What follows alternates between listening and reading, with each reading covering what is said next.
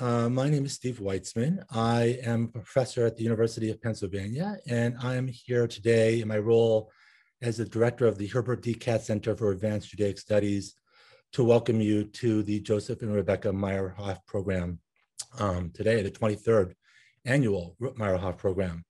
For those of you who may be unfamiliar with it, the Katz Center is a center for advanced research in Judaic studies. Its mission is to promote new discoveries, new insights into Jewish experience, but it's also one of our major goals to share the insights of scholarship with a larger public. And the Meyerhoff Lecture gives us an opportunity every year to share with the broader community the very best of scholarship. Before we introduce our speakers this afternoon, please indulge me for a few moments while I express some appreciation and offer some information about how the program is going to unfold. So one of the goals of the Meyerhoff Lecture Series is to honor the memory of Joseph and Rebecca Meyerhoff, who were leading philanthropists focused on Jewish learning and scholarship, among other cultural and humanitarian causes. The Meyerhoffs also spawned a family that sustains a very close relationship with the Katz Center to this day. Their daughter, Eleanor, married Herbert D. Katz, whose remarkable support of the Katz Center we honor through our name, the Herbert D. Katz Center.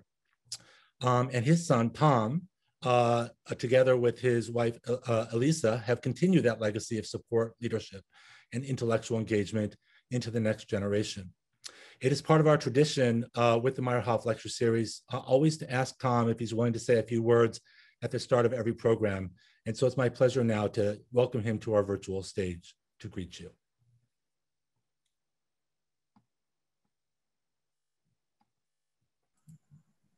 Steve, thank you so very much. On behalf of the broader Katz family, I want to say thank you. Thank you for the scholars who are participating in the program, and thank you to the many participants who are able to join from literally around the world. It is with great pride that we participate in all matters of the Herbert D. Katz Center for Advanced Judaic Studies. As Steve so well summarized, this particular lecture was endowed by the Meyerhoff family in honor of my father, Herbert Katz, becoming the president of the Katz Center.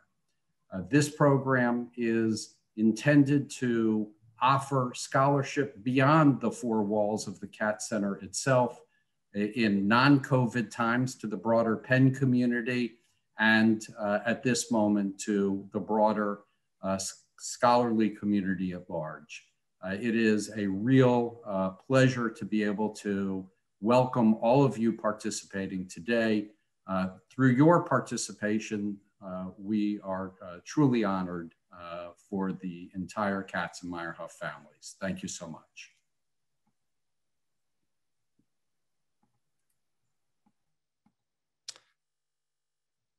So thank you so much, Tom. I want to just say a few additional words of appreciation since many people were involved in creating today's program. First and foremost, I want to thank Professor Eva Del Sodato, a scholar of Italian intellectual history here at Penn. I'm very fortunate to have her as a colleague, and she was absolutely instrumental in making the connection to Professor Ginzburg that makes this program possible. You're going to get a chance to meet Professor Del Sodato in a few minutes because she's going to introduce our speakers very shortly. But I also want to thank our co-sponsors, the Center for Italian Studies, the History Department at Penn, Italian Studies at Penn, Penn's Jewish Studies program and its Kuchin Seminar Series, the Workshop in the History of Material Text, and the Kislak Center for Special Collections. We're very grateful to all of them for their collaboration. I just want to take a few moments to also thank the Katz Center staff, Diana Dennis Walters, our events coordinator, our IT person, Brian Lipscomb, and our communications coordinator, Becky Friedman, and our director of public program, Dr. Ann Albert, who will be moderating the Q&A session to follow the program. And you'll meet her in a little bit. So finally, a few words about the format, and then we will make some introductions to our very special guest. This program is going to be structured as a conversation. It is going to last for about 45 minutes, after which there's going to be an opportunity for you to ask questions of Professor Ginzburg. The way the Q&A will work is you will notice at the bottom of your screen, there's a Q&A function that you can use to submit questions in writing. Those questions will come to us, and Dr. Ann Albert will be selecting some representative questions or digesting questions and bringing them together, and we'll ask them on your behalf. We plan for this program to end sometime between 1:15 and 1:30. So it'll end by certainly with a hard stop at 1:30. And finally, I just want to thank you all for participating. So without further ado, let me now introduce Professor Del Sodato, who will introduce our special guests.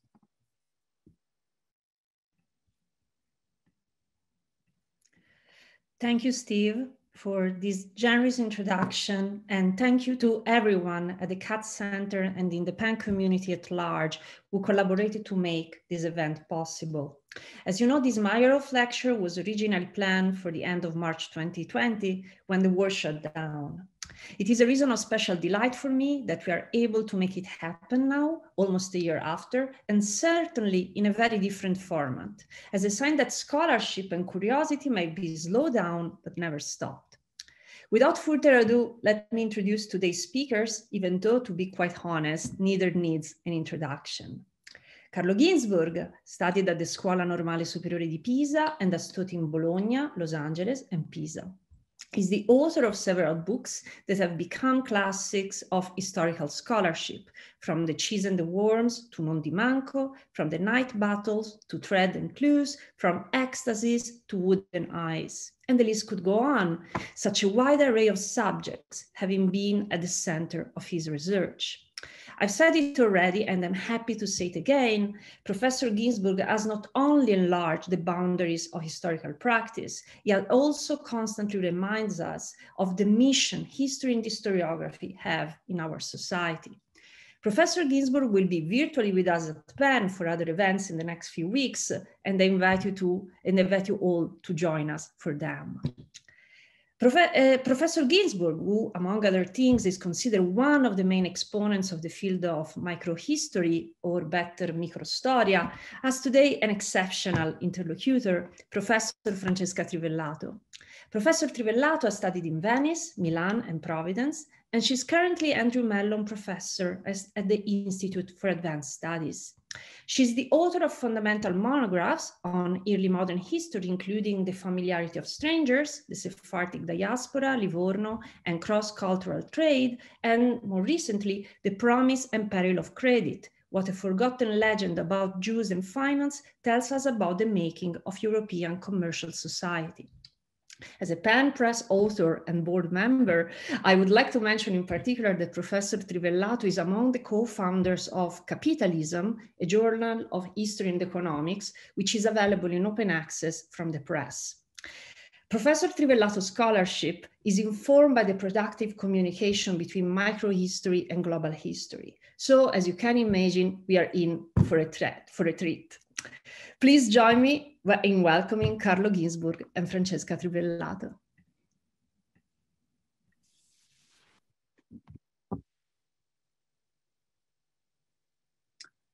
Thank you very much, Eva, and thank you everybody who has made this wonderful event possible today. And special thanks to you, Carlo, for being on the other end of the screen from Bologna today. When you published your first book in 1966, neither microhistory nor global history were part of our historiographical vocabulary. Since then, you have shaped some of the most influential meanings associated with microhistory, and engage with the amorphous but ever more ubiquitous notion of global history as it has gained currency in the past 30 years. And as we will discuss, one could perhaps say that you wrote about microhistory and global history even before the notion of global history existed or had a name. In any case, you have made us think harder than historians usually do about the relationship not only between the local and the global, but also between case studies and generalizations, and emphasize that the intersections between these two sets of issues do not necessarily coincide. So to probe these questions today in the limited time we have, and I'm sure that during the question and answers, our audience will bring up many more topics. But to begin our conversation, we will focus on your trilogy on the peasants' agrarian cults and the persecution of witchcraft. Your book, Night Battles, which gave a name and a lot of fame to I Benandanti, published in 1966, as I said. We will not return on The Cheese and the Worms of 1976 because it is the best known of your work and has been discussed in very many fora. And we will return instead on La Storia Notturna, Ecstasis, Deciphering the Witchcraft Sabbath, which you published in 1989. Now, the first two books take place in Friuli, the northeastern region of the Italian peninsula. And they posed the question of how to move from highly specific, perhaps even unique cases to general conclusions about the culture of a largely illiterate peasant population, probably a problem that is compounded by the fact that the documents that give us access to that largely illiterate peasant population were penned by inquisitors, by Catholic inquisitors that were intent on suppressing that very culture that they saw as challenging the Catholic orthodoxy. The third book, Ecstasis, instead, roams across Eurasia and spans over a millennia and links the methodological issue of the particular and the general to the question of how to intersect the global, the local and the global, which you do by recourse to the notion of morphology. The first part of the book is also relevant to our conversation because it illustrates the parallelisms that medieval Christian society drew between Jews and other socially marginal groups, notably lepers, sometimes Muslims, later witches, as they were defined. And at the outbreak of the Black Death in 1348, all these groups were targets of conspiracy theories. And we can return to whether analogies with the present are warranted or not. But for now, let me start from the beginning and ask you, if you look back today to I Benandanti, to Night Battles, which you published 55 years ago now, what do you see as some of its most lasting contributions, or at least which ones do you see as contributions that are most relevant in today's historiographical landscape? Well, first of all, I would like to thank you, Francesca, for your question and your presentation. But I would also like to say that I'm really happy and feel as a great privilege to be here, let's say in this space, in the electronic space, but metaphorically with you. And I'm immensely grateful for this invitation. Now, I have to go back to, let's say, a long time ago to my youth. I was 20 when, being in Pisa as a fellow of the Scuola Normale, I remember I made a sudden triple decision. to try to become a historian, to work on witchcraft trials, to try to rescue the voices and attitudes of the oppressed. Now, I remember then that at that time, I thought that 3 books were pushing me in that direction. Books, or let's say written works. First of all, Antonio Gramsci's prison notebooks.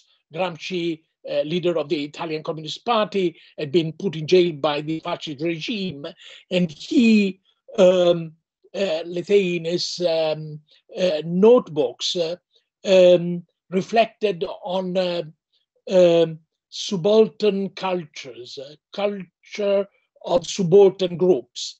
And at that time, I was in 1959, I was 20 at that time. Subaltern history did not exist as such. Then became very popular, especially in India, but then all over the place. And then another book which deeply impressed me was Ernesto De Martino's Il Mondo Magico, The World of Magic. I will go back maybe to this book. And then there was a third book, Carlo Levi's Christ Stopped at Eboli. Carlo Levi had been a fellow of my father in the same anti-fascist underground group, Giustizia, Libertà, Justice and Liberty. And I mean, when Carlo Levi was sent to Confino in a small village in southern Italy, he reflected and he wrote about beliefs in magic among southern peasants. And in a way, I was also thinking about my father and my own childhood. My father has been sent to another village in the Abruzzi by the fascist regime during the war. I mean, being Jewish and anti-fascist. And so my early childhood took place in that village.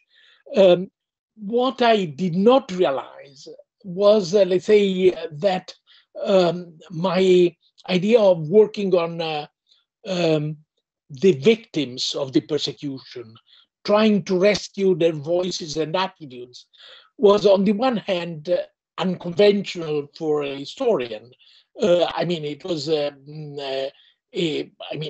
sort of accepted topic, a central topic for anthropologists working, for instance, in Africa, but certainly no historian was working on that issue at that moment. And what I did not realize, and retrospectively, I was extremely surprised and puzzled by that lack of awareness, was the fact that in this idea of working on the victims, there was my own experience as a child.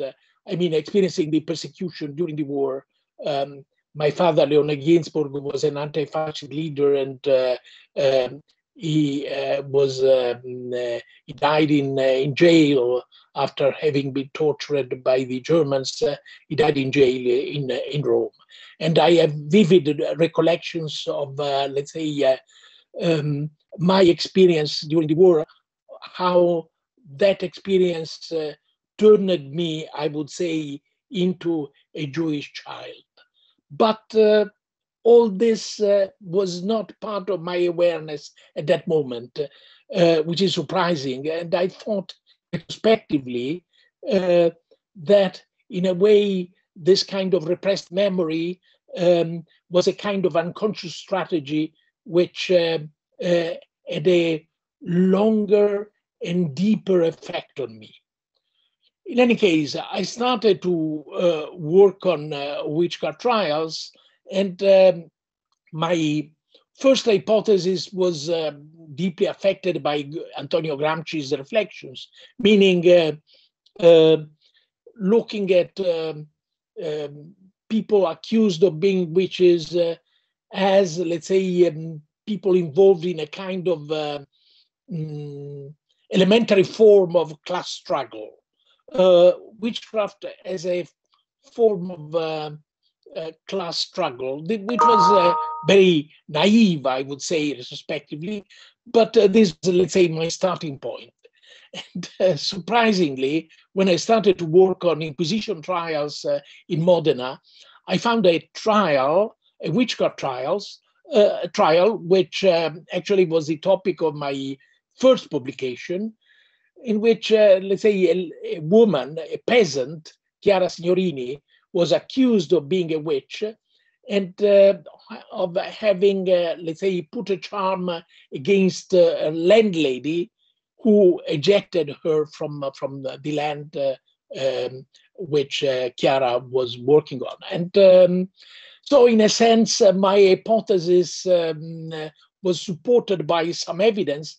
And I must say, I was deeply disappointed by that, because I thought that the hypothesis was not very interesting if I would have been able to find so quickly evidence for this.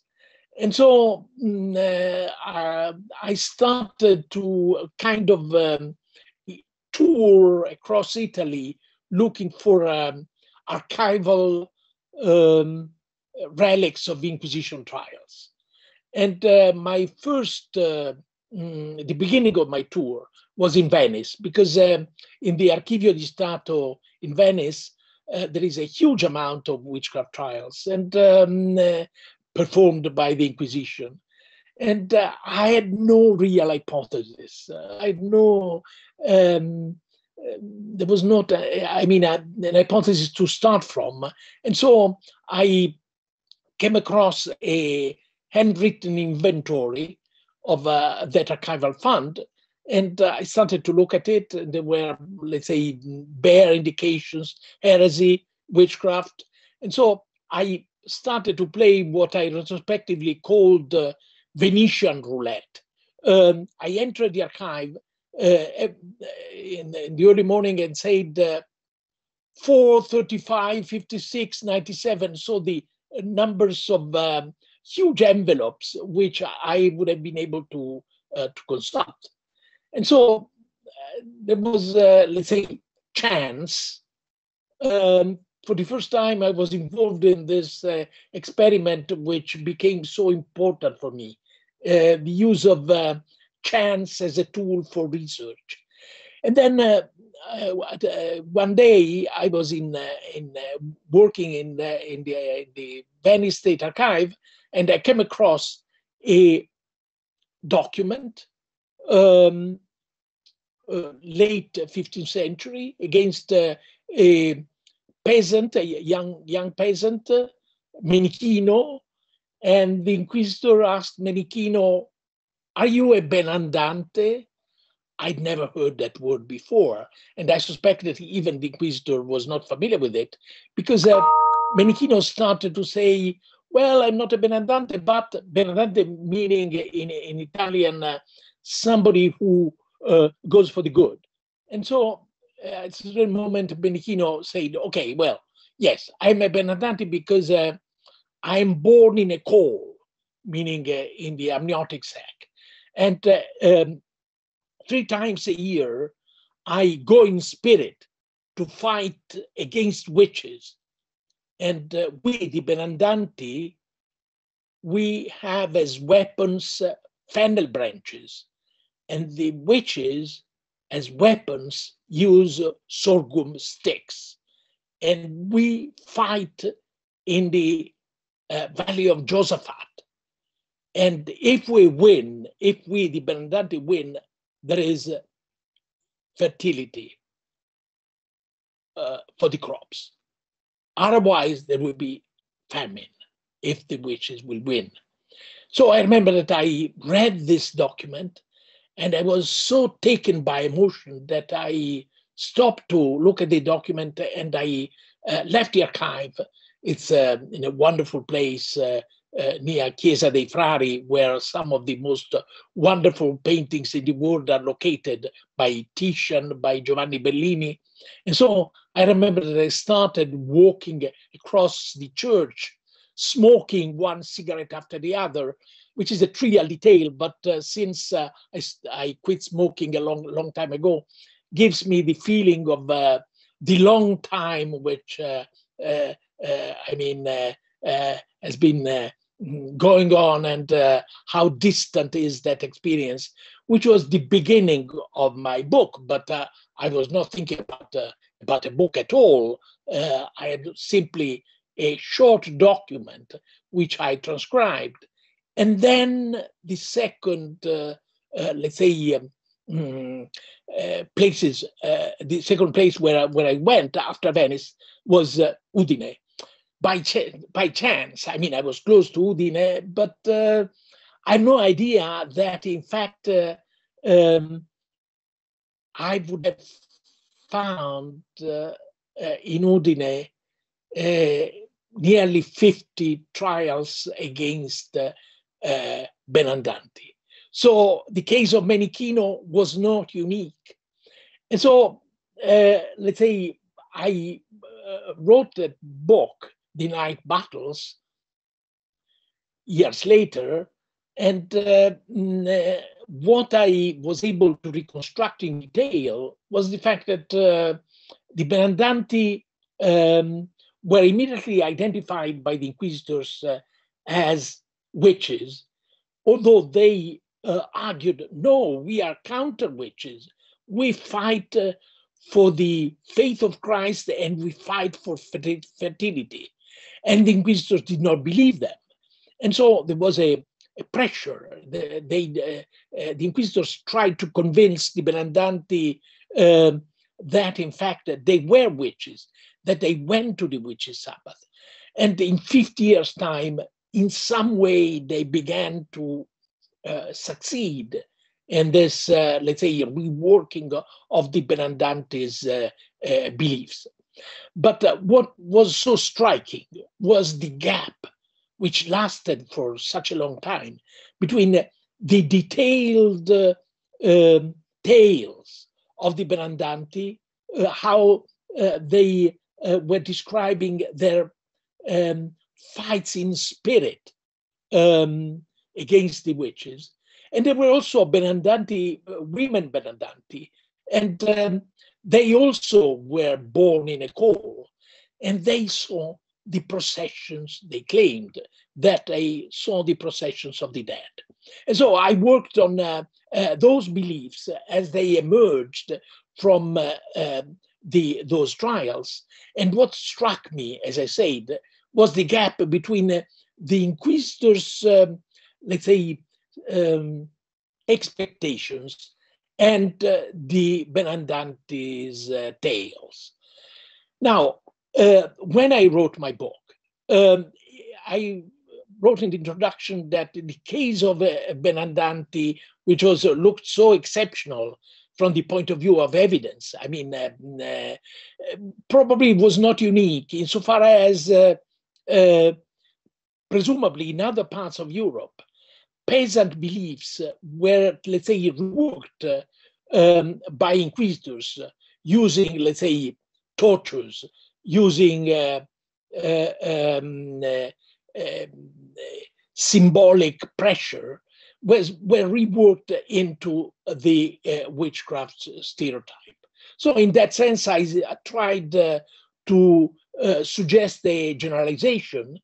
And then there was something else which struck me from the very beginning, meaning when I looked, when I first read the document concerning Menichino, and I read Menichino's tales about going in spirit, I immediately thought about shamans' experiences, ecstatic experiences, as described by Ernesto De Martino in their book, The World of Magic. And De Martino quoted another book which I read many, many years ago by the Russian ethnographer Sergey Gorov on Tungus shamans, Siberian shamans. Sergey Gorov wrote that book. He had an English wife, so the book was written in English, published in 1935. And in a way, as I realized much later, that book, through De Martino's long quotation, shaped my first reaction to Menechino's trial and to the Benandantes phenomena. Meaning the idea that there was a connection or a similarity, but also I dare to say a connection, a historical connection between Friulian Benandanti and Siberian shamans. Maybe I can stop here for the moment, but maybe Francesca Thank you.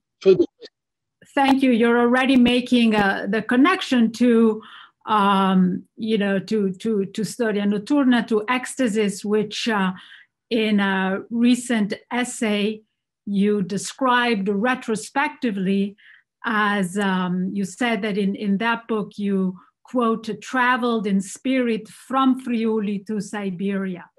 Yeah. I wanted to return to something you said. You said that there was a time lag in your realization that your interest in the Benandanti was part of your interest in victims of structure of oppressions. I mean, you know, I do think that perhaps we agree that our, you know, most personal biographies are also part of collective biographies, and certainly in post-war Italy, perhaps even more than in other countries, there was a long silence about Jewish suffering, and that perhaps that's not so surprising. There's an individual experience and there's a collective experience. But aside from that, you know, there was more talk about the resistance perhaps, and more talk about Nazi occupation. But anyway, I wanted to ask you, as we transition to talking about both the methodological and the historical connection between Friuli and Siberia, and you know, in Storia Notturna, you go as far as China. There's Cinderella's possible origins in China. But by the time I wondered, by the time you wrote about the way in which the inquisitors, particularly in a certain Alpine region of Italy between the 14th and the 16th century, constructed the idea of the Sabbath through the persecution of more than one minority, Jews and lepers in particular. Were you by then consciously interested in pairing Jews to other minorities? Were you by then interested in doing that, or how did you arrive at studying Jewish minorities alongside the Benandanti and others? Well, good question. Let me start from, let's say, my first essay, which I quickly mentioned, which was called Witchcraft and Popular Piety, on the case of that peasant, Chiara Signorini. Now, at the end of the essay, which was published, well, okay, at the end of the essay, I said, well, this case, I used the word case, this case, which is in its specificity so anomalous, can pave the way to some generalization. One could say, I wrote, that it has a paradigmatic value. Now, years ago, I reread this passage and I thought, well, for sure, yeah, I was thinking about Thomas Kuhn's The Structure of Scientific Revolutions, which is a book which deeply affected me. But then I checked the date, and actually my essay was published 1 year before Kuhn's book. So I was using the word paradigmatic as, let's say, in one of the possible meanings used by Kunz as well, meaning exemplary. But what struck me was the fact that I was, let's say, focusing on anomaly as a possible path to generalization on the one hand, and then the word case. I think that, let's say, when I wrote the book on the Benandanti, the night battles, I was deeply convinced that this was a case, and therefore it was really related to generalization, because after all, case and generalization are just two faces of the same notion. But I was worried, I was, let's say, frightened by the possibility of trying to prove the connection between Furion, Benandanti, and Siberian shamans. So I started, in fact, to work on, let's say, the notion of the witch's Sabbath as a stereotype, but not especially looking for Jews. Although in the meantime, I had become fully aware of the personal roots of my research project. But then I came across the conspiracy, which in various versions circulated in France in the early 14th century. And there I found lepers and then Jews. And then, let's say, lepers saying that they had put poison in the rivers and so on, in the wells, in order to attack a Christian society. And some of them said, we have been inspired by Jews, also paid by Jews. And somebody else said, but in fact, lepers inspired by Jews, but then actually inspired by the kings of Granada. So they were, let's say, Muslims in the background. So I started to work on this. And, you know, I mean, the notion of conspiracy fascinated me for many reasons. I mean, I remember that in a footnote, I mentioned the protocols of the Elders of Zion, on which much later I also wrote an essay. And so, let's say, the fact that the persecution against Jews had previous roots, but then became a link in the construction of the witches' Sabbath, this is something which deeply affected me. So let's say marginal groups, lepers, Jews, and then in the background, Muslims. I mean, I reread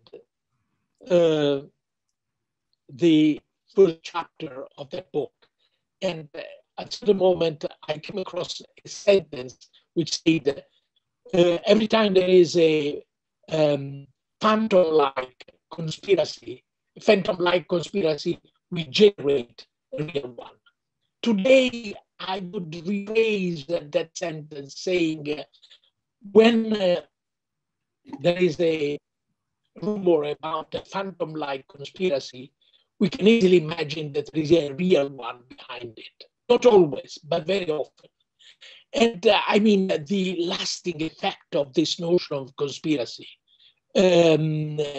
which in a sense started on a massive scale in France in the 14th century, is something which, I mean, is really troubling. And we are surrounded by this notion every day. It's incredible. So, I mean, at that time, I let's say, was certainly aware that the notion of conspiracy had such a lasting life, but reading my book today, I was struck by the let's say the contemporary implications which the trajectory I worked on has today. And then how did I work on this? I mean, again, I was, let's say, collecting evidence, but about the witches' Sabbath, about phenomena which could be related to the witches' Sabbath, all over the place, all over the world. Then at a certain moment, I came across a passage by Wittgenstein, the philosopher, in his reflections on Fraser's Golden Bough, and written in the 30s. And he opposed two approaches to evidence, a morphological approach and a historical approach. And actually, Wittgenstein was, let's say, comparing the morphological approach to Goethe's morphology. So what is morphology? Literally, I mean, there are two Greek words involved, meaning it's a knowledge or a science of forms. And in the case of Goethe, I mean, Goethe was working on plants, on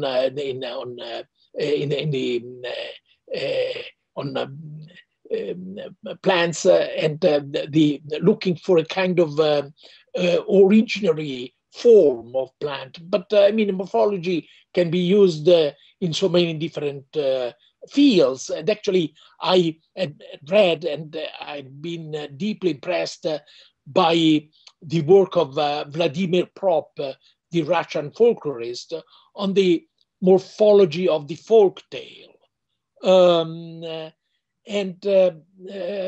So the idea that morphology is a historical approach, because time and place, chronology and geography, the two eyes of history, according to an old image, are not involved. Now, I must say, I'm fascinated by the devil's advocate, that notion invented by the Catholic Church when in the early 17th century canonization trials concerning new saints were, let's say, put forward in a more regular way. And so the devil's advocate is, let's say, a person who asked aggressive questions concerning the life and deeds of the alleged, the potential new saint.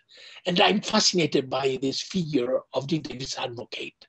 I think that, let's say, not only historians, but everybody involved in intellectual work, and maybe everybody, should have a dialogue with the devil's advocate, asking difficult questions to ourselves. And so I think that I'm fascinated by, let's say, ahistorical approaches like morphology, because in a way they imply a distanciation from history and maybe also a kind of, let's say, attack against history. This was not my case. I think that I tried to use morphology as a tool for history, but in a way putting time and place in parentheses. And so actually a section of my book is in fact written in a non-historical perspective. Although at the end I tried to, let's say, come back to history. So the dialogue between those two perspectives is really at the core of my book, Ecstasies. And then, as I said, there is this relationship between a case, the Furion case, if you like, the Benandanti, and a much larger perspective, which ultimately involved Eurasia. So the idea that a case can imply generalization, and we have to look at details in order to see which is the evidential basis for this generalization. And this is what I tried to do in my book, to put forward in my book, in which I think, let's say, there are reflections on the way in which the book has been constructed. I'm fascinated by this. I said once, this in fact, let's say, what fascinates me about 20th century literature, a broad notion, so broad which could involve both Marcel Proust and Bertolt Brecht. So the idea that, let's say, the construction of the book is, let's say, left in front of the reader. It becomes part of the book itself. It's not destroyed after the construction of the book. So, yeah, I think that this book was also a reflection on method and a reflection on historical narrative as such, which is in fact the very end of my book, a reflection on this.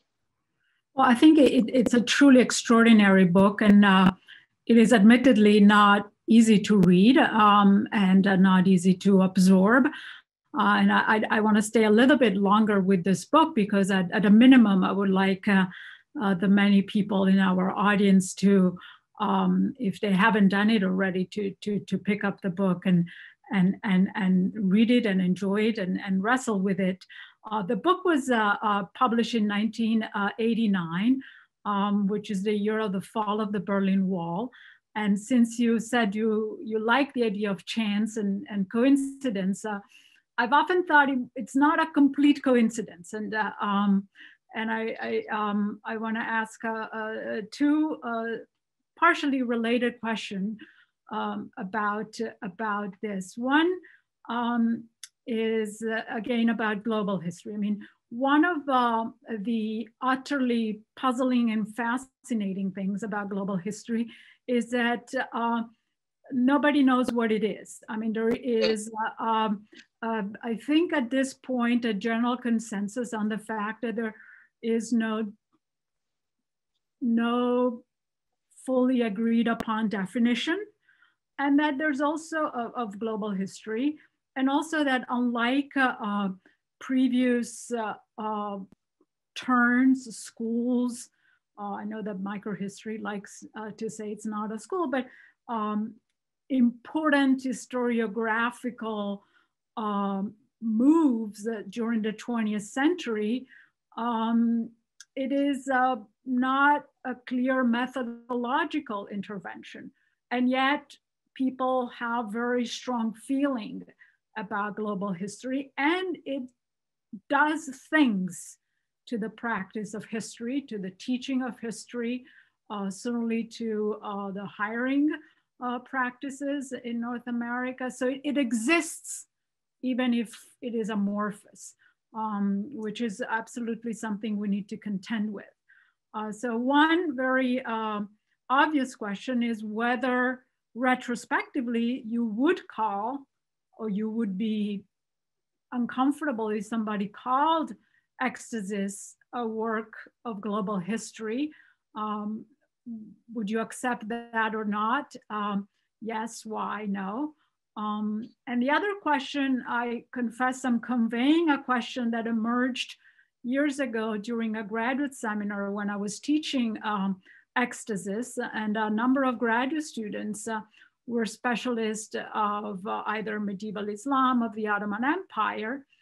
And we were discussing the book, and a number of them said, but the rituals of the dead and the notion of the dead are so central to Islamic culture as well. Why is this book, you know, centered on Eurasia? And that's when I thought about, 1989. I mean, obviously each of us, I mean, the erudition and the knowledge that is at the basis of that book is so, that to say, well, there's a limit. But in some ways, that is the call. They're a younger generation, and they're not doing global history. But in some ways, there are growing fields that they used to be more, more marginal to the professions that now are more represented. And someone else could think of doing, well, updated version of ecstasis. Maybe there is an even broader, how do we determine the cultural limits of this notion that the relationship between the living and the dead is so central, as you make us, you come away from the book to the human experience to some extent. Yeah, well, thank you very much for this really challenging questions. First of all, let me say something which is maybe obvious, meaning in English, the expression global history has two meanings. In other words, history can be either related to, let's say, what in Latin would be res gestae, in other words, historical process. But on the other hand, history can be historia rerum gestarum, meaning historiography.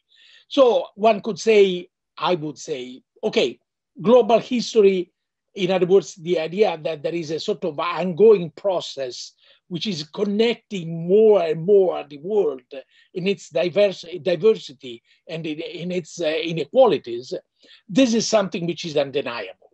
And in fact, we can say this during this pandemic, because after all, I mean, the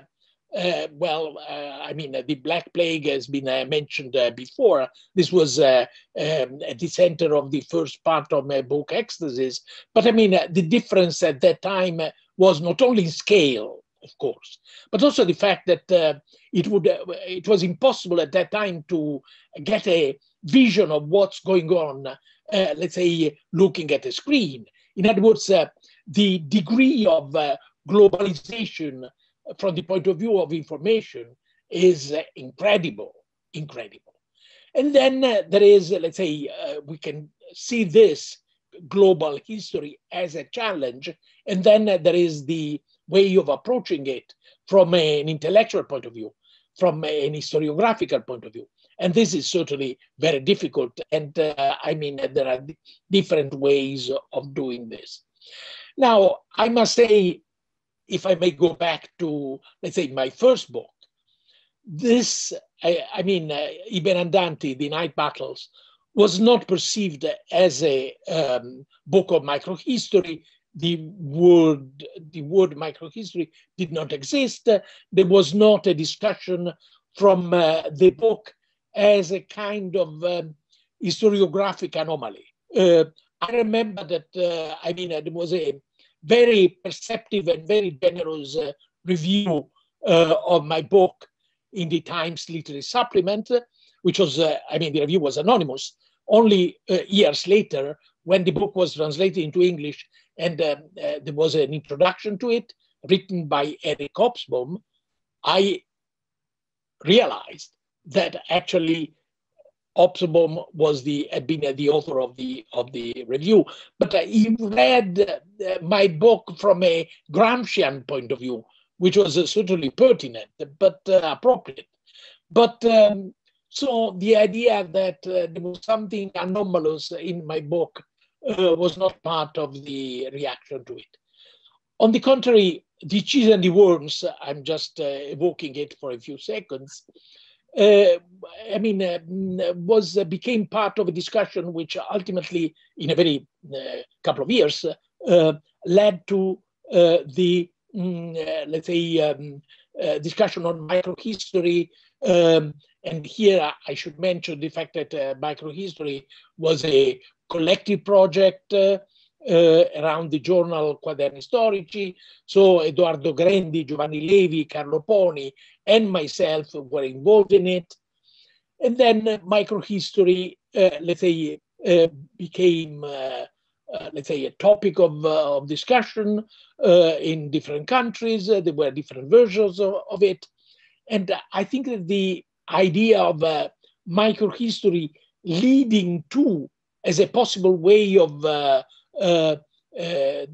trajectory, a possible trajectory towards global history became part of a discussion. And I completely agree.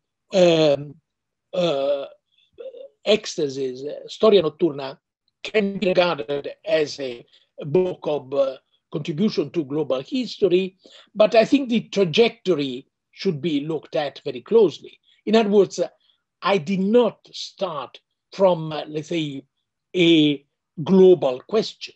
I started from a case, meaning the Furion case, the Benandanti, and then I started to ask, let's say, a much more general question, which was not, I mean, which is Sabbath stereotype, which was in fact related to Europe, because I mean, and also to, but at that time I did not realize this, was related also to, let's say, cases of witches Sabbath, which were related to European colonization.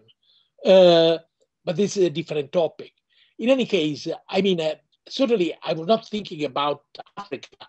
And in fact, in principle, I thought about, let's say, Siberian shamans, because I've been affected by that page of Sergey Gorov, which came to my mind when I first came across a document on Benandanti. So, I mean, I think that if somebody would try to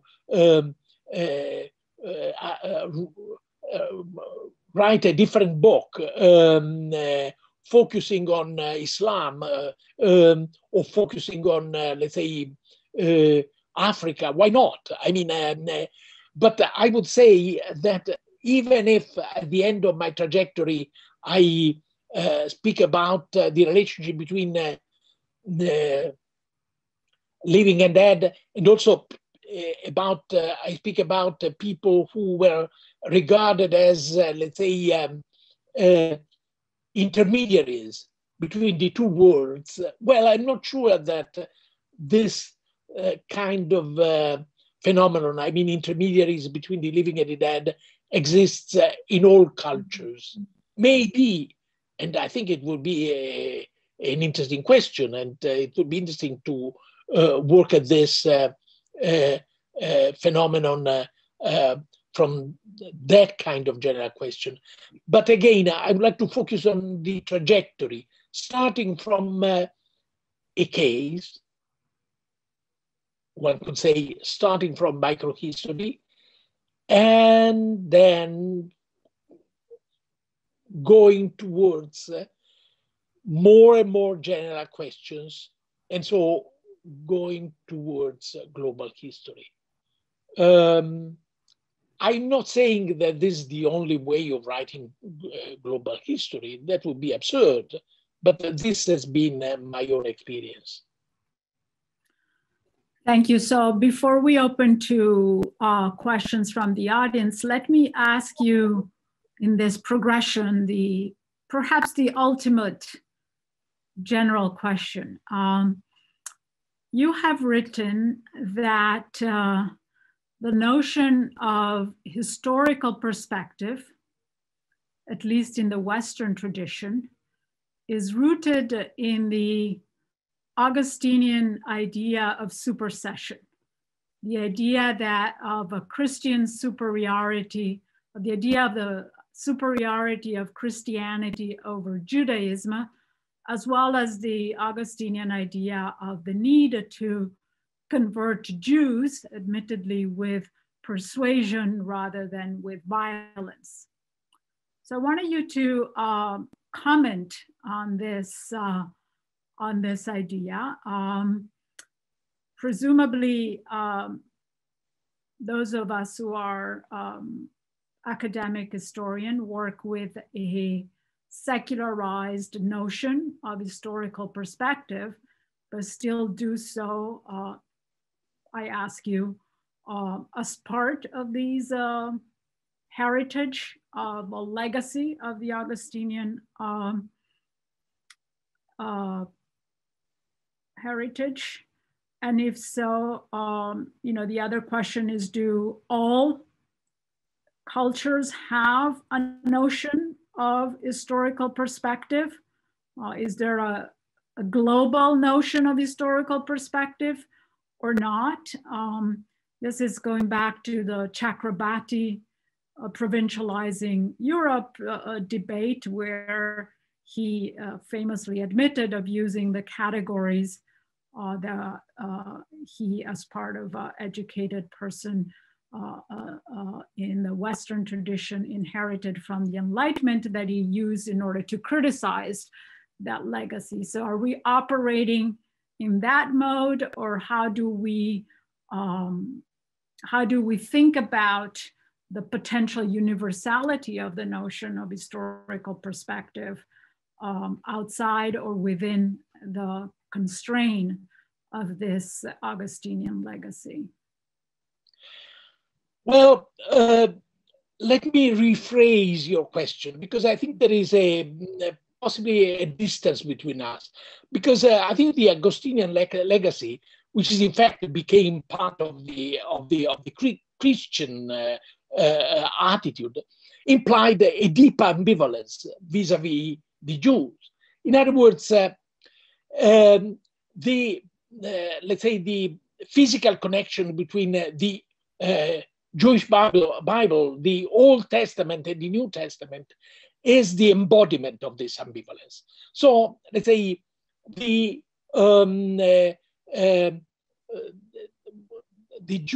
Jewish faith was true at that time. That's in fact the question which was asked to Augustine, and he tried to answer this. Were the Jewish rituals true? And he said, yes, but then let's say the Christian rituals are even more true. Now, it seems to me that the notion of a historical perspective is related to this. In other words, it's not simply the superiority of the Christian, alleged superiority of the Christian vis-a-vis the Jews, but also the ambivalence, the recognition that in fact there is a continuity and a discontinuity. Now, I think that this ambivalent notion, continuity and discontinuity, is at the very core of our notion of historical perspective. In other words, I've been reflecting on this for years until now. Actually, I wrote an essay entitled Our Words and Theirs, in which I worked on the dichotomy between the observers' categories and the actors' categories.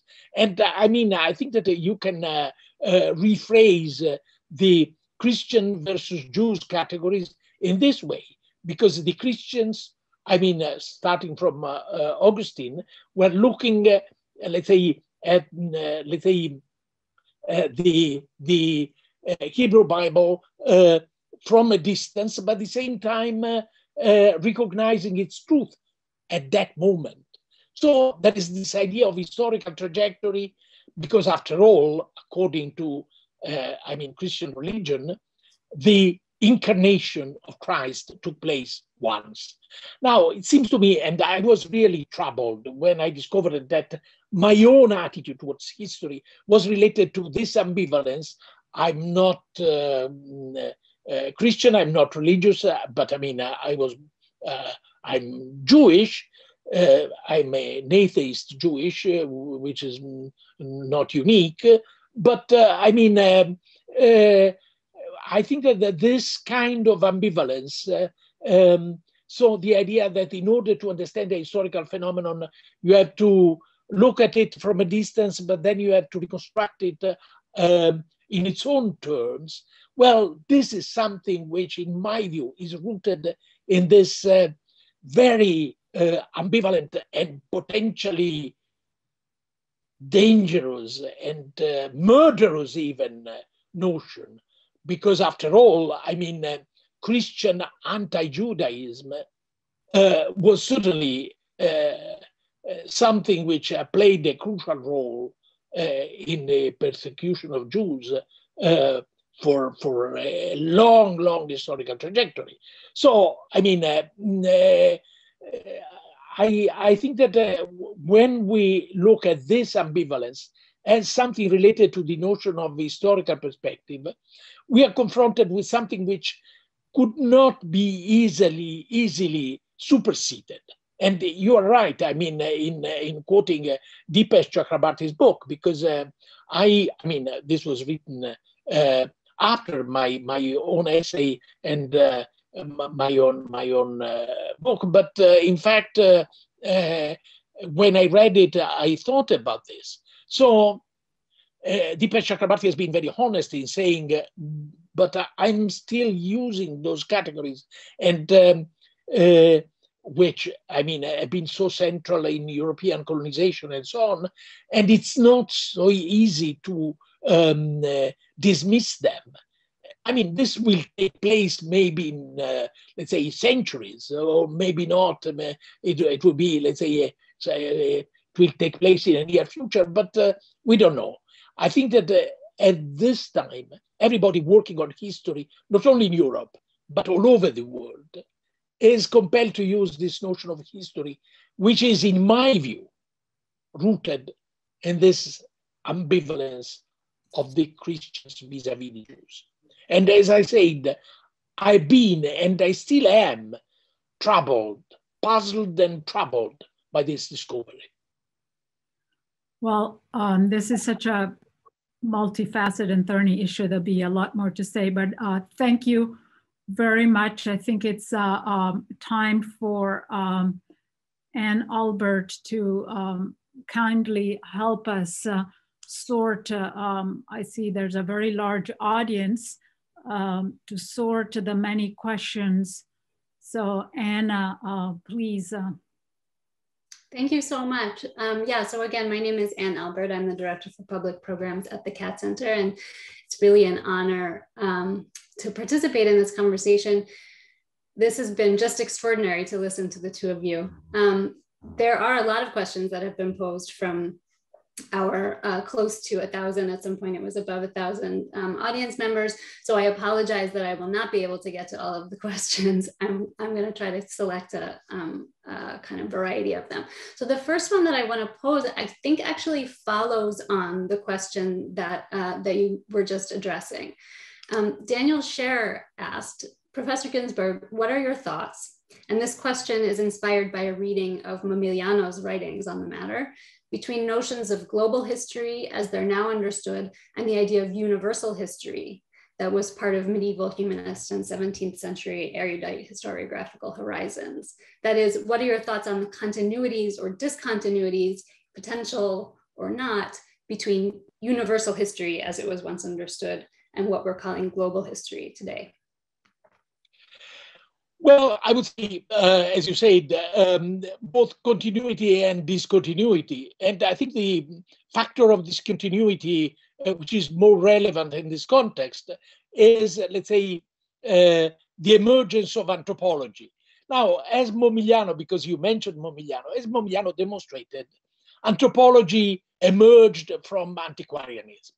So, let's say, we can see how, let's say, an element which had become part of historiography generated a tension. If we think about what Lévi-Strauss, Claude Lévi-Strauss wrote about history, well, we can see this ambivalence. Sometimes Lévi-Strauss has been aggressive vis-a-vis history. Sometimes he accepted the idea of a fruitful dialogue.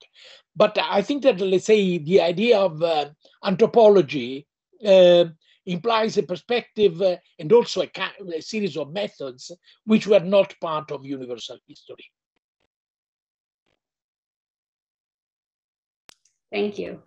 All right, so Galit Hassan Rokem asks if she can pose a question about the term comparative history. either as a vehicle or a mediator between microhistory and global history in shaping that trajectory that you delineated. In other words, possibly as a perspective to a non-hierarchical way of approaching it. You're absolutely right. I think that I did not mention comparison, and I was wrong, because certainly, I mean, the possibility of shifting from one case analyzed in depth to, let's say, a larger perspective and to, let's say, a generalization is necessarily related to comparison. So, I mean, comparison is, as we know, an extremely tricky notion. But once again, we are, let's say, confronted because I mean, a naive approach to comparison imply looking for similarities, but in fact, we have to look for differences as well. I think that my, let's say, my reference to morphology implied comparison, because morphology is, in fact, let's say, an approach which implies a comparison of forms. And this was already true for Goethe, and this was again true for Vladimir Prop, or even for Wittgenstein. Okay, so in a slightly different direction, Davy Carnero submitted the following question. One of the most original methodological elements of your analysis of criminal cases, he writes, is the use of Auerbach's philological method for reading these documents produced by the church. Could you talk a little bit about this particular relationship between inquisitory processes and Erich Auerbach? Well, I mean, I read Erich Auerbach's great book, Mimesis, in Italian when I was 20 or 19, and I was deeply impressed by it. And I think that, let's say, there has been a kind of metaphorical dialogue between myself and this book along the years. And I started from, let's say, Auerbach's questions and answers in order to ask new questions and so on. I think that what fascinated me, not only in the case of Auerbach, but also in the case of another great Romance philologist, meaning Leo Spitzer, was, let's say, the attention to the detail, the revealing detail. And this is something which became crucial for me. So let's say I say the cases, but within cases, the revealing detail within a case. So I think that, and then I came across, but a long time ago, probably at the same time, with Aby Warburg's famous dictum, God is in the details, which was a kind of joke, because I think the original proverb was the devil is in the details. But so I think that this has been really at the very center, and it is at the very center of my approach. There is this click, as Leo Spitzer called it, when we are reading and rereading a text, and then a detail comes to the surface, and we, like a flash, and a research project can start from that. Okay, that's beautiful. So another question related to the use of those kinds of documents. So of course, the classic problem of working with inquisitorial documents is that you're reading documents that are fundamentally hostile to the people that you're trying to understand through them. One audience member submitted the question, a related question about working in the archives of the secret police. And she wrote that she's confronted with a similar problem where the history of certain religious communities is preserved only through the eyes of the secret police. How does one deal with the ethical issue of the history of the subaltern through the eye of the perpetrator? I wonder if you have any comments on that.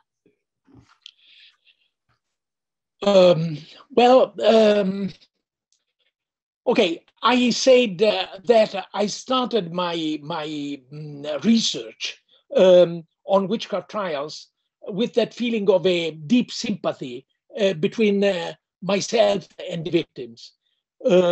So this went on and on, but much later, after maybe 20 years and more, I suddenly realized something troubling, meaning an intellectual continuity between myself and the inquisitors. And so I wrote an essay which is called The Inquisitor as Anthropologist. Now, I was in Moscow many years ago, decades ago, to give a lecture, and I received a phone call, and somebody said, "We are calling you. We are from the Association of Memorial," and I was familiar with the name of that association. They have been collecting for many years evidence about the Gulag, and at that time they were protecting human rights in Chechnya. And so I said, and they said, we would like to have a public conversation with you. And I was flattered and surprised, and I said, but on which topic? And they said, well, we read your essay, The Inquisitor as Anthropologist, and we would like to have a debate on this. And what they said is that my oblique approach to inquisitorial trials could maybe be used in order to approach short trials in the Stalin era. And so there was this extremely moving and intellectually challenging debate which took place in Moscow. In other words, if I may add just a sentence, I think that even in a short trial or an inquisitorial trial, not always that everything can be controlled by the judge. So the gap, which can be in a detail, becomes crucial for reading the trial in a different perspective. That's very helpful. All right, I'm going to ask a different kind of question, coming back to the broad questions of methodology and historiography, thinking about the global. Mattia Stiardo asked, in recalling the genesis of Storia Nocturna, Professor Ginzburg told that he started from a case study, right? And after a detailed study, you began to make generalizations from that case. So it seems that the contemporaries' global histories of the local are informed by a reverse process, namely researchers identify global trends or processes and then study how those processes shape local reality. So the opposite of what you have described doing. And so Mattia is asking, do you think there are epistemological consequences in that methodological overturning, and how can we handle that? Well, I mean, I think that we should look at the results in order to see how those respective approaches work. But I'm, let's say, thinking, first of all, at the role of anomalies in those respective approaches, because I've been fascinated by anomalies, and I think that anomalies, cognitive anomalies, are in fact particularly fruitful. Now, if we start from global questions, maybe it would be more difficult to reach anomalies. It's just a possibility. I mean, I'm thinking about this because actually I never worked in that way.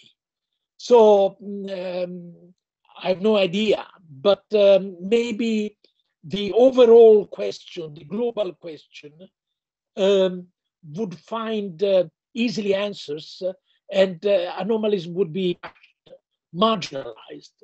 I think, on the contrary, if we start from an anomaly, which was certainly my case, in the case of Benandanti, which is, I mean, until today, the richness of that evidence for that time in this kind of inquisitorial trials has no comparison. So I wonder whether, let's say, the opposite trajectory can be as fruitful. I have no idea. Thank you. I think we only have time for a couple of more questions. I'm going to try inserting one that's possibly for both of you, Professor Trivellato and Professor Ginzburg.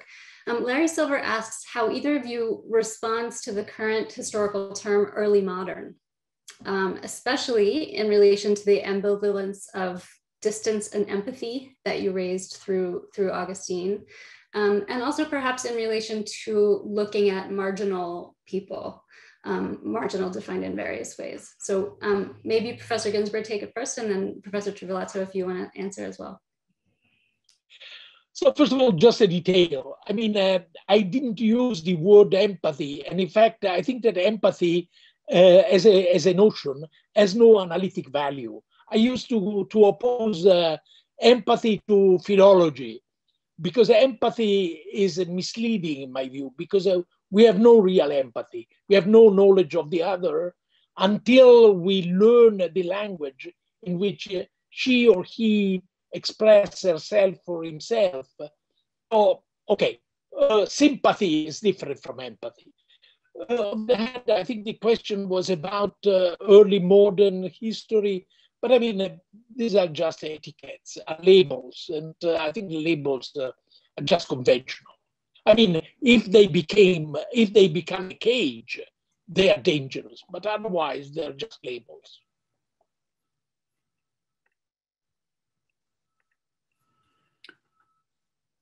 Well, I would say that early modern is not so recent as a label. And it did some work in the beginning. I can't remember for sure, but I think it was Jerry Bentley at some point, the late Jerry Bentley, who did an interesting piece on how, you know, it was used for two purposes as a label. It replaced the traditional periodization in European history that was Renaissance, Baroque, Enlightenment. And I think it's interesting, sorry, there's some background noise, that one of the purposes of those who engaged in using early modern was a form of global history before the label global history existed. That is, there were scholars of Central Asia, of China, and particularly Southeast Asia, Lieberman at the University of Michigan, who were particularly interested in seeing whether there were processes of state building, which were supposed to be peculiar to early modern Europe, that in fact developed more or less contemporaneously in other parts of the world. So what I'm saying here very briefly is that there were really in the, say, 1980s and 90s, before the label global history, there were serious, albeit somewhat flooded, but very serious scholarly attempts to put Europe on equal footing with other parts of the world, including parts of the world that were very, ahead of Europe for long stretches of time, and that there were, the global history often, responds to, the Wallersteinian model of Eurocentrism. And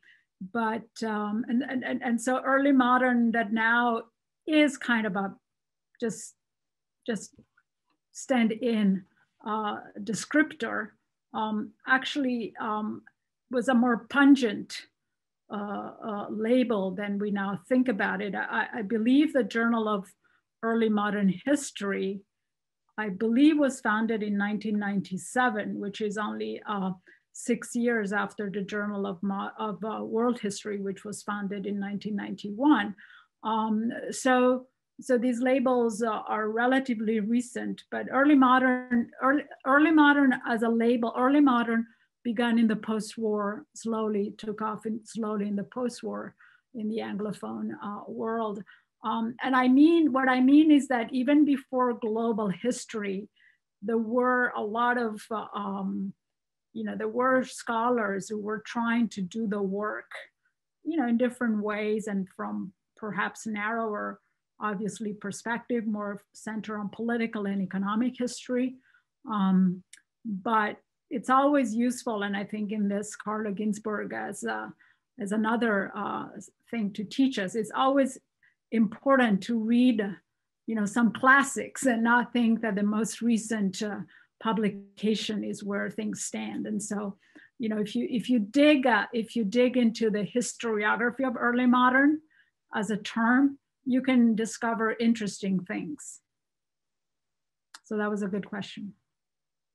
Thank you so much. I'm going to try to squeeze in 2 more. So I'll just ask if it's possible to give brief answers, because I want to go a little bit more towards a little bit more in the kind of methodological and theoretical direction, and then close into a real life question. So the theoretical one is actually that a lot of the questioners are posing questions about either morphology or anthropology, and the relationship of those things to your work, Professor Ginzburg, and the relationship of them to history in general. So that is an enormous question, but since a lot of people in the Q&A are addressing it in various ways, I wonder if there's a little bit more that you want to address about it.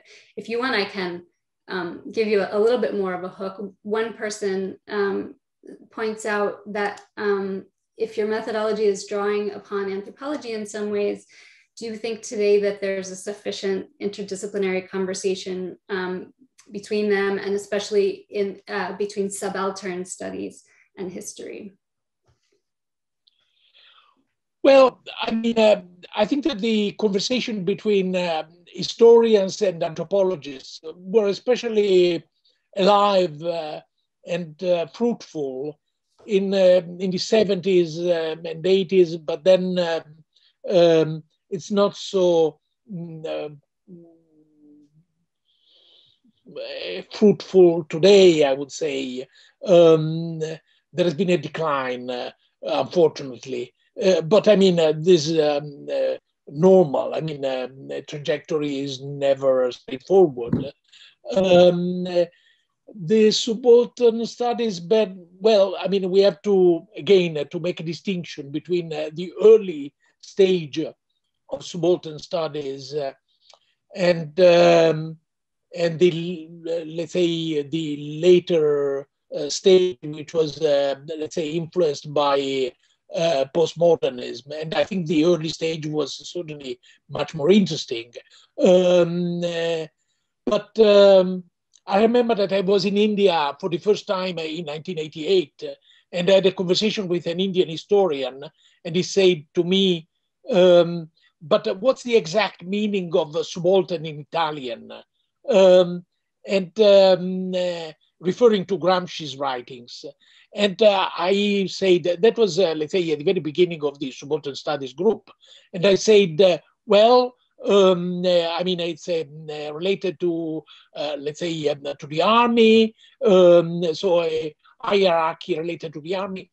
Only much later, I realized that, in fact, when Gramsci was using certain words in order to circumvent the fascist censorship in prison, he was also dissociating himself from the third international language. And so when we look at words, expressions like subaltern studies or hegemony or philosophy of praxis, well, all these expressions were in fact used in order to circumvent fascist censorship, but they also implied distanciation, as I said, from the official, quotation marks, Marxist language. So certainly in a country like India, if Gramsci would have spoken about proletarians or working class, which was already broader, but subaltern classes or subaltern groups, that was, let's say, much broader and could resonate much better and in a deeper way in a I was going to say a country, but let's say a continent like India. Thank you. Okay, we have 1 minute remaining, and I just want to convey to you, first of all, the questions that have come in, the depth of them, the depth of engagement, the breadth, the interest that so many people around the world have in asking questions is really a testament to the impact that your scholarship has had. One person is asking specifically about the experience of working in an archive today and wondering if you have any advice for a scholar beginning to try to find stories in the archives that might be a true and interesting anomaly, how to recognize that, how to know when it's a rich enough thing to open up a larger study. Do you have any words of wisdom to close us out with? Well, I mean, first of all, we are talking about archives in a literal sense, because I think the broader notion of archive introduced by Michel Foucault is uninteresting. But if we look at archives in the literal sense, I could say, well, what is interesting in the archival experience is that we are necessarily involved in different kinds of reading at different speeds, something which actually is also part of our experience of the screen. In other words, as I used to say, recalling Friedrich Nietzsche's definition of philology. Philology is the art of slow reading. But then, and certainly we can do this, and we have to do this in the archive. Let's say slow reading of the same document, looking at it, transcribing it, but reflecting on each words of it. But then we have also to go across, let's say, a series of documents. And so we have something comparable to the speed of internet. That's a fantastic way to end. Thank you so much, all of you, both of you for taking your time, and to everyone at the Cat Center, and to Professor Deodato, to Steve Weitzman. We really appreciate everyone being here with us today. Thank you. Thank you. Thank you, Anne. Thank you, Carlo.